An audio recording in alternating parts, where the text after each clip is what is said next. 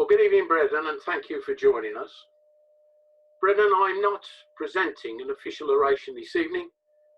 You've had a number of wonderful Masonic sessions regarding the DC's workings, visiting officers scheme, or the registrar's responsibility and workings. This evening, I thought I would present just a few of my ideas, in suggestions, CV, and a little bit of general information, including guidelines regarding speeches and toasts. One important thing to remember is the difference between a speech and a toast. A speech is the ability to express thoughts and feelings usually, but not always, concluded with a toast. A toast is a short statement given to a distinguished brother or a wedding couple and their family, followed by a signal for the brethren or guests to raise their glasses and drink a toast. Did you know that public speaking plays a large role in the professional and our Masonic world? It is believed that 70% of all jobs involve some form of public speaking or presentation. As the Provincial Grand Orator for Warwickshire, I would like to explain the word orator, which refers to the art of speech. An orator is one who practices oratory or speaks in public. Many undergo professional training to maximize their talents in this area, as oratory is a tool of persuasion. An effective speech or toast takes careful planning. Even the most powerful people who seem to be speaking spontaneously may have spent hours preparing what to say. Think back on a terrible speech. What caused you to lose interest? When you speak, give an idea or a fact about masonry. Get the brethren engaged early, and remember, rambling is a guaranteed way to lose everyone's attention. So if possible, make your speech memorable.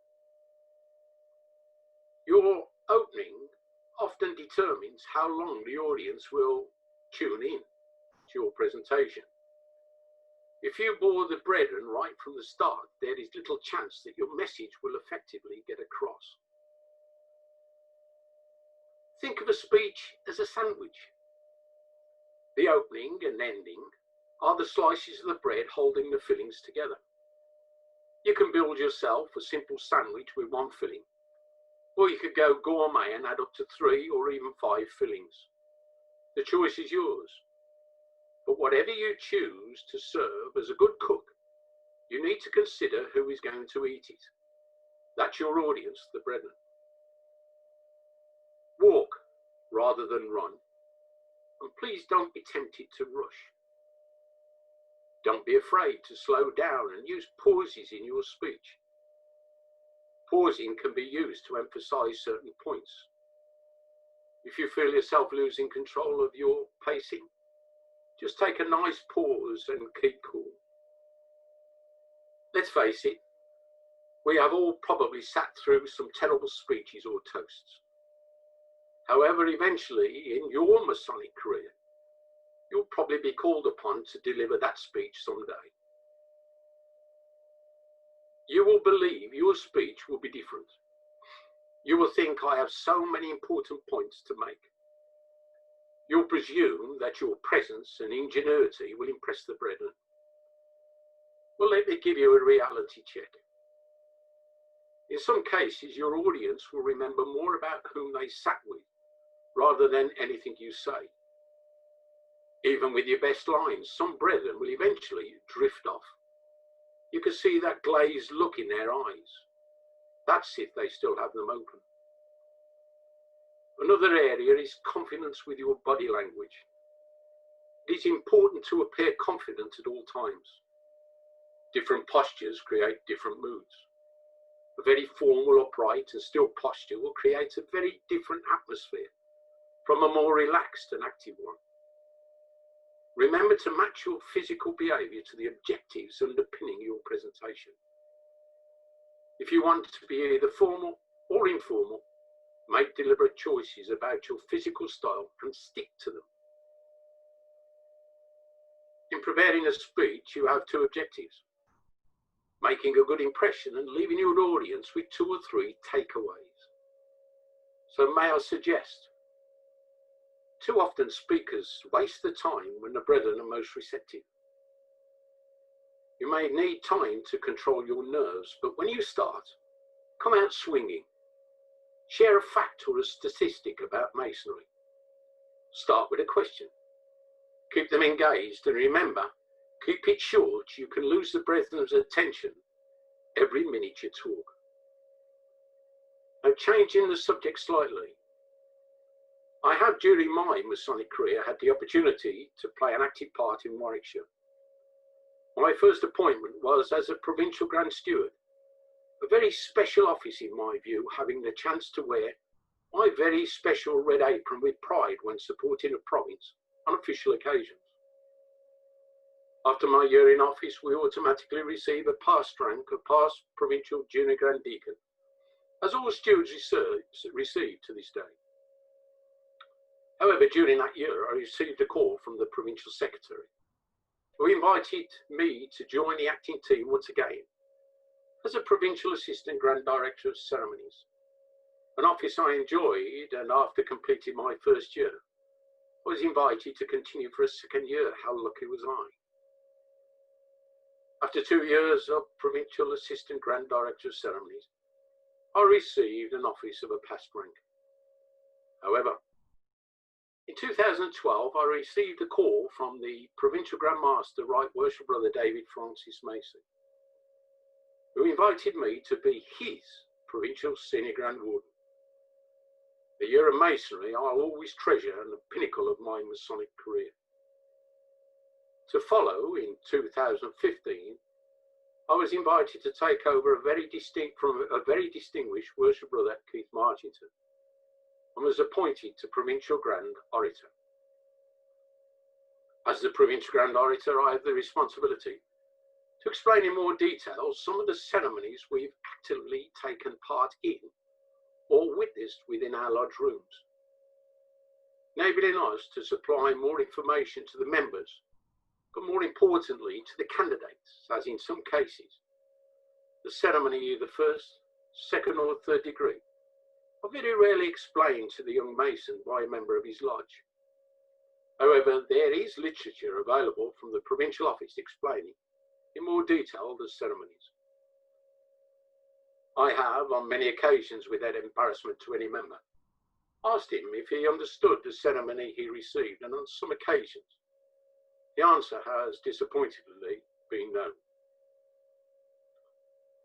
I have, as part of a team, 4 assistants who have the opportunity, after an invitation from a lodge, to present an oration within your lodge meeting, especially when there is no particular ceremony, allowing a member of the team to explain the richness and depth of this tradition we are all members of, and which is expressed in the symbols and texts we are surrounded by. Orations or public speaking can serve the purpose of transmitting information, telling a story, or imparting Masonic knowledge. Remember, should you be invited to propose a speech or toast at any event or celebration, or reply to one, you must study your audience and think about who they are before any speaking. Find out information about the audience, particularly if they are non-Masons. Think about dignitaries or distinguished guests. Do your research and find out about those attending and how to officially address them in your speech. Should there be a person of high rank or even someone who has arrived and you was not aware of their attendance until the last moment, do not be afraid to approach them. Mention you are proposing a speech and ask him or her how you should address them. You'll be amazed how friendly their reply may be. Or easier, simply just ask the Provincial Director of Ceremonies as to the formal address. Practice really does make perfect. The more prepared I am, the less nervous I am. When you're nervous, it's easy to speed up your presentation and end up talking too fast, which in turn causes you to have more nerves, with your mind going into panic mode. Speak more often and prepare to read through your speech. Take it on one side, leave it for a couple of days, and then review your work. You'll be surprised how you will notice the incorrections or realize how corny a section may be, or more importantly, consider what you've written may offend. The best way to overcome anxiety is to prepare. Prepare and prepare some more. Take the time to go over your notes several times. Once you have become comfortable with the material, practice a lot. All brethren feel some reactions like pounding hearts and trembling hands. Do not associate these feelings with the sense that you will perform poorly or make a fool of yourself. Some nerves are good, so don't panic. The adrenaline rush that makes you sweat also makes you more alert and ready to give your best performance. Keep your focus on the audience. Gauge their reactions, adjust your message, and stay flexible. Just relax and be yourself and enjoy the moment. More importantly, only use humor if you know it will work. Humor needs to be relaxed and confident.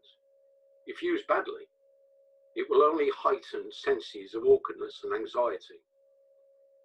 Use humor if you know you can, and if you feel it is appropriate to do so, but do not overdo things. In the 21st century, speaking in public has once again become crucial to communicate effectively to succeed. It can be the difference between landing your dream job, winning a multi-million-pound contract, or simply delivering a moving speech or toast at a wedding, which I have listened to a large number of very good toasts, including an even larger number of awful ones in my other role as a professional Toastmaster. And just for your general information, the history of the red-coated Toastmaster stretches back for hundreds of years. Even in ancient Greek and Roman times, the master of ceremonies was essential in presenting major events, and since medieval times, it was an office for ceremonies of the Roman Catholic Church.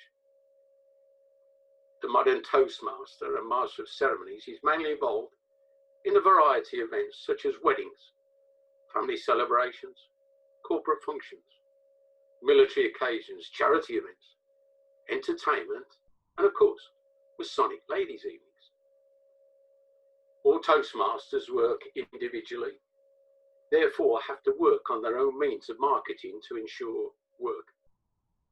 However, as a professional Toastmaster, we generally join one of the 50 professional Toastmaster associations in the UK. The history of the Toastmaster, the origins of the English Toastmaster are somewhat clouded. However, it is generally claimed that the association of the term toast comes from the 17th century, during the reign of Charles II. Pieces of spiced toast were added to the wine, firstly to enhance its flavour, and secondly to keep the sediment at the bottom, which was often found in the wine. Some say it was safer to drink the wine more than the water. The steward who was responsible for this duty was known as the Master of the Toast.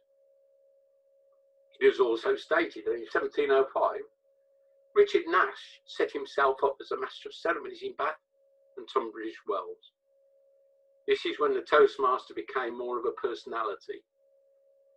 Later in the 18th century, special Toastmaster glasses with deceiving thick bowls at the bottom, which only held small quantities of alcohol.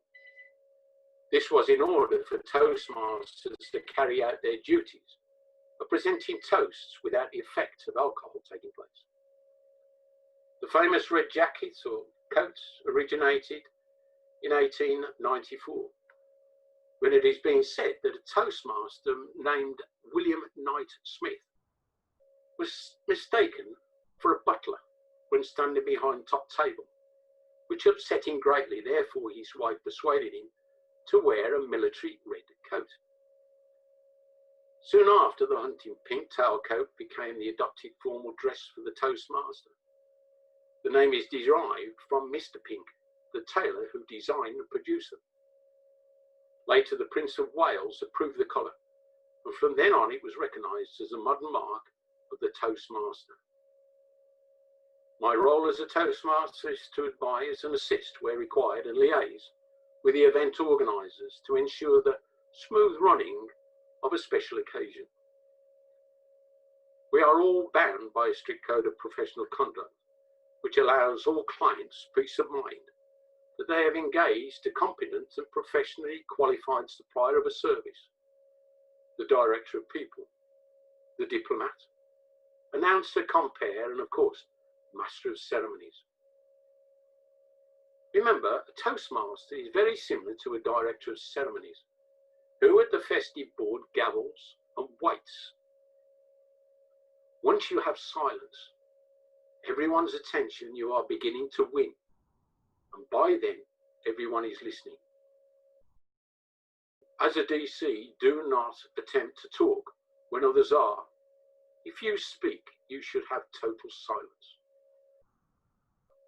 More and more we are required to speak in public, at conferences, during business meetings, accepting awards, teaching a class, during media events, and during our Masonic lifetime.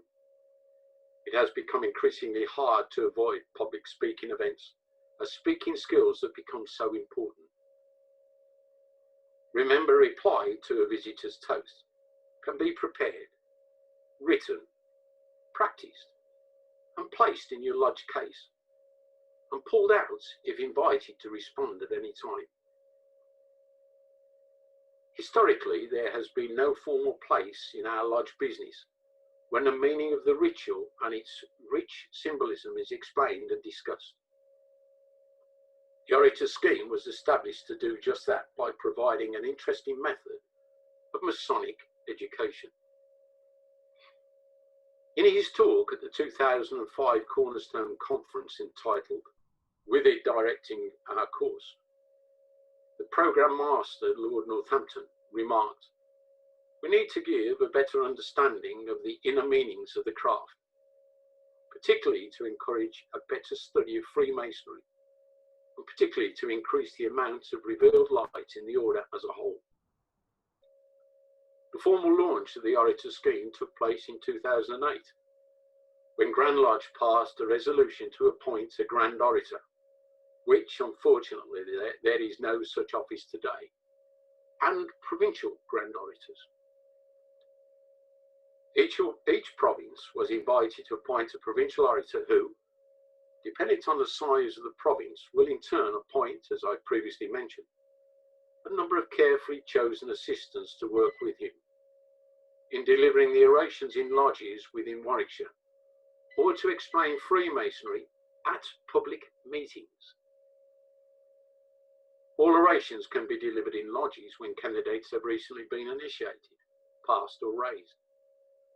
And I strongly recommend an invitation be forwarded allowing myself or a member of the team to attend, maybe to explain in more detail the ceremony the candidate has witnessed or taken part in when this lockdown has been totally lifted by Grand Lodge. And we can return to normality starting, I hope, in September, or maybe slightly later. Orations can also be given in lodges that do not have any candidates, and will thus be a welcome addition to what is available for you to do at your meetings. The orations have been written to enhance rather than to replace the lessons contained in the ritual, and are so engrossed in the task of learning the ritual that their curiosity in the meaning of the words may pass them by. The orations are individual, freestanding, short talks which will each focus on a particular aspect of the craft and the deeper meaning of the ritual and its symbolisms. The topics covered by the orations can be as wide and as varied as Freemasonry itself. They're not formal lectures, and the intention is that they may often be followed by a question and answer session and a discussion which will be facilitated by the provincial orator or a team member.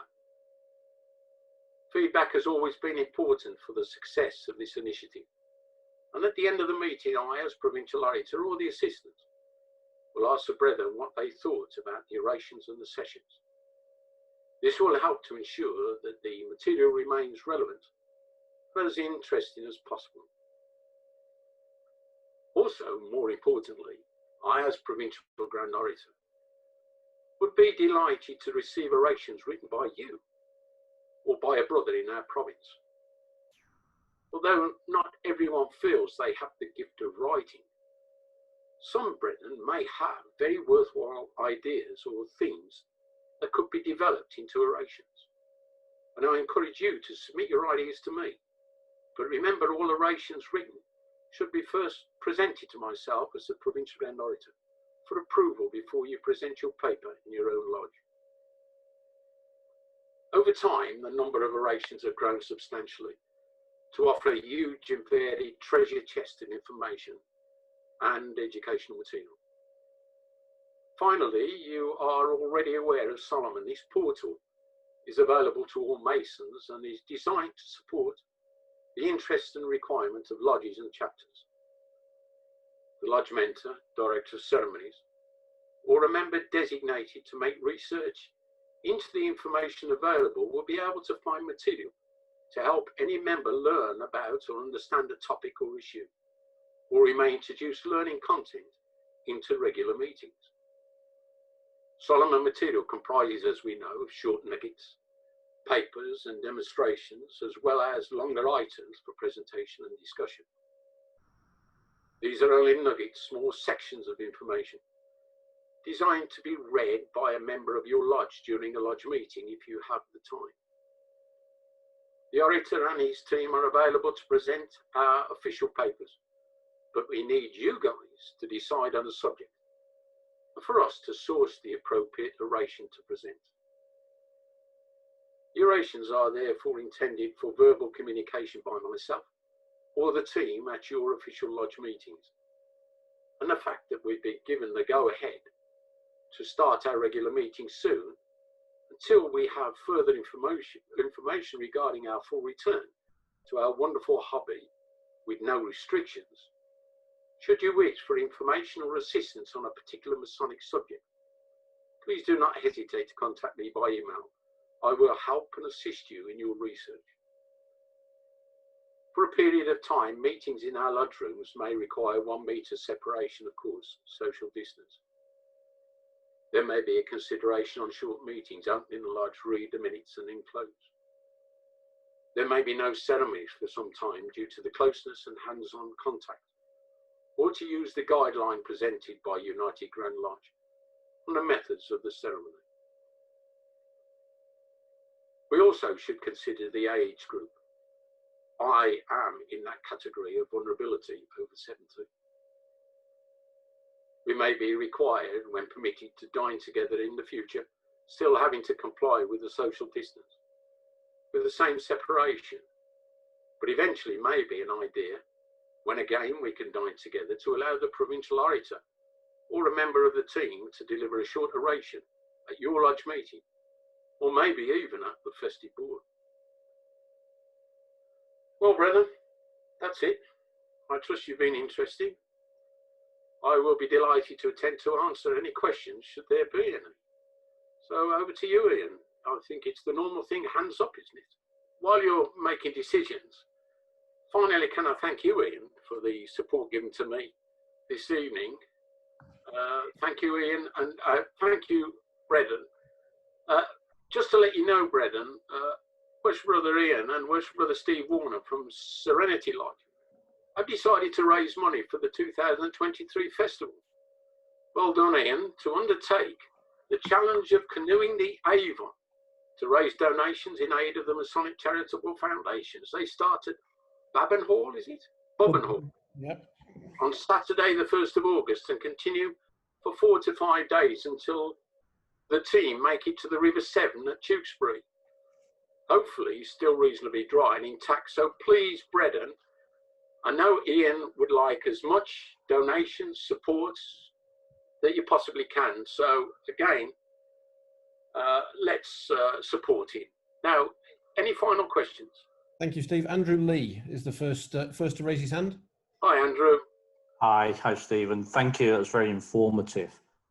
Stephen, amongst the visitors to this meeting, we may have some brethren who are new to the junior warden's role, new to the senior warden's role, and see that prospect as quite daunting. Could I just ask you, if you had to give 3 bullet points of advice for those people, what would they be? To anybody going into a warden's chair? Especially in relation to the festive board, and yes, in relation to the festive board, and right. give their toast at the festive board. Well, like I said previously, I think it's doing your homework. I think principally it's making notes. If you know that you're actually going to go in the chair as junior warden or senior warden, then you should be, as we've always been taught, to learn your parts 1 year before. Particularly at Lodge of Instructions, when you attend, normally at a Yenton Lodge of Instruction, you always did the year in advance. So if you were junior warden, you would sit in the senior warden's chair. Do your homework, first of all. Learn about the master if you were senior warden. Try and get as much information. If you have social events, have a word with the wife or the partner, and just get some relevant information so that over a period of time you build up a little catalogue of items and points. More importantly, as far as I'm concerned, it's just enjoy what you're doing. It's a wonderful hobby. You must feel very proud when you actually go in the chair for the first time as junior warden. But I think more than anything else, it's just enjoy, feel relaxed. And everybody has a different opinion and a different way of doing things. But learn your work. Do your homework. Make sure you know your ritual. Feel confident. Because that's when you start to enjoy it. I hope that's good enough. I think Mike Perrett's got a question. Oh, here we go. Hello, Mike. Congratulations on an absolutely fabulous session. That was excellent. Thank and you. Covered just about every point you could think of. You will recall that I was an assistant orator for a few years back. Correct. And still have all of those oration papers. As you say, lodges may well be starting up with limited agendas for a little while.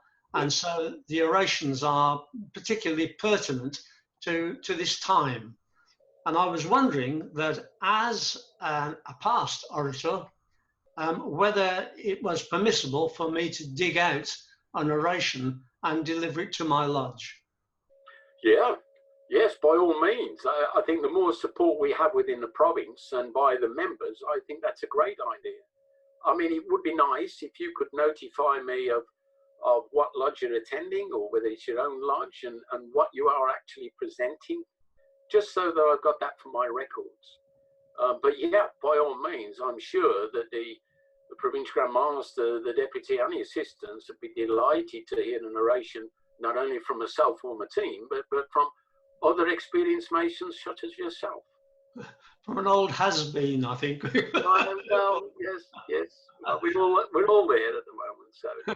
Thank you. I will, if asked to do one, I will certainly let you know what I've been asked to do and any other information you need, as usual. Thanks. And feedback as well. God bless. That's lovely. Thanks. Thank you. Anything else? I'd like to ask a quick question, because there's always been a little bit of confusion about this.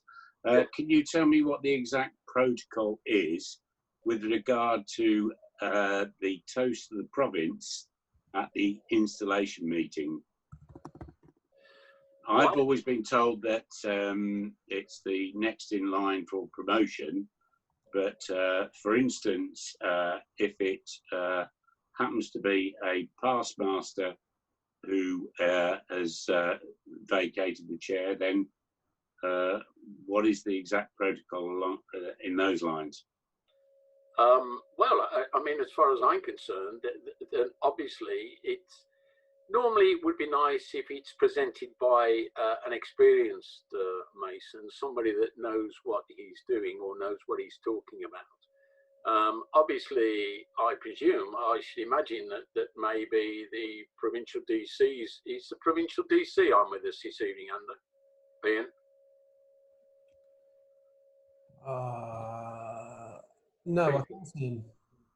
Well, I mean, as far as I'm concerned, I mean, normally it's normally those who are up for promotion or appointments, particularly first appointments, because they're obviously they're going to be looked at and attended to the following year. But obviously, if there isn't anybody, if you've got a member of the lodge that's very good at his Masonic ritual and you want to highlight the fact that this brother is really pretty good and pretty hot on what he's doing about masonry, then obviously you can always ask him to propose toast number 5 or whatever. So yeah, I think the main thing is the protocol is normally those who are up for first appointments. But if not, then they might end up with an old toad like myself or somebody with more experience that obviously if there's nobody else younger in the lodge. Thank you very much. Okay, I hope that helps, Ian. Mike, sorry. Stuart Hello, Wilton. Stuart. Hello, Stephen. Hello. One of the points that I would make in speech making is if you are a softly spoken person, is to pitch your volume to reach the furthest point in the room. Yes, totally agree. That is most important. So many times I've heard a soft speaker mutter and mumble across the room and I haven't heard a word. And at my delicate age, I would rather hear what people are saying rather than see their lips move at a far distance and bore me to death. Well, Stuart, I think this is where, to a certain degree, practice comes into mind. I'm very lucky. I've got a reasonably strong voice. My mother, God bless her, she always said that she could never see me, but she could always hear me when I was a kid.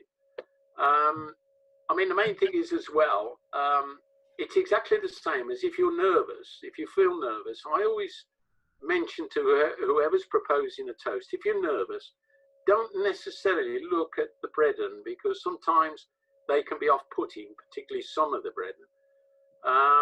But pick a point, maybe at the far end of the room, and look at it. Maybe I don't know, a wall light or something like that, and concentrate on that.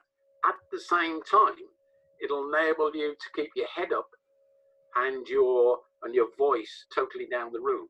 Another point as well is that in the old days, a lot of the brethren, or even you can see it at weddings, and I try to educate those, don't put your speech or your toast on the table.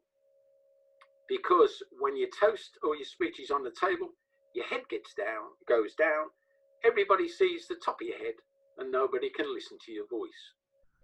All TV reporters now have no hesitation in holding their tablets or their bit of information in front of them when they're speaking, when they're talking on the television. Look at an object at the far end of the room. Don't be afraid to hold your speech up in front of you, because as I say, they do it on television all the time now. So hope that helps, Stuart. Fine, thank you. Well done. I think we are. I think we've got no further volunteers. I'd just like to remind people that as we move into August, the Staying Engaged presentations will be on a Wednesday evening. So as we move through, we progress through the week as well. Okay, well, can I thank you all, Brendan, for your attention and your support, and hopefully I look forward to our next session. You take care, safe journey, and have a wonderful weekend. The sun's going to be shining, so let's have a few garden parties. God bless, take care. Thanks, Ian. Thank you. Bye.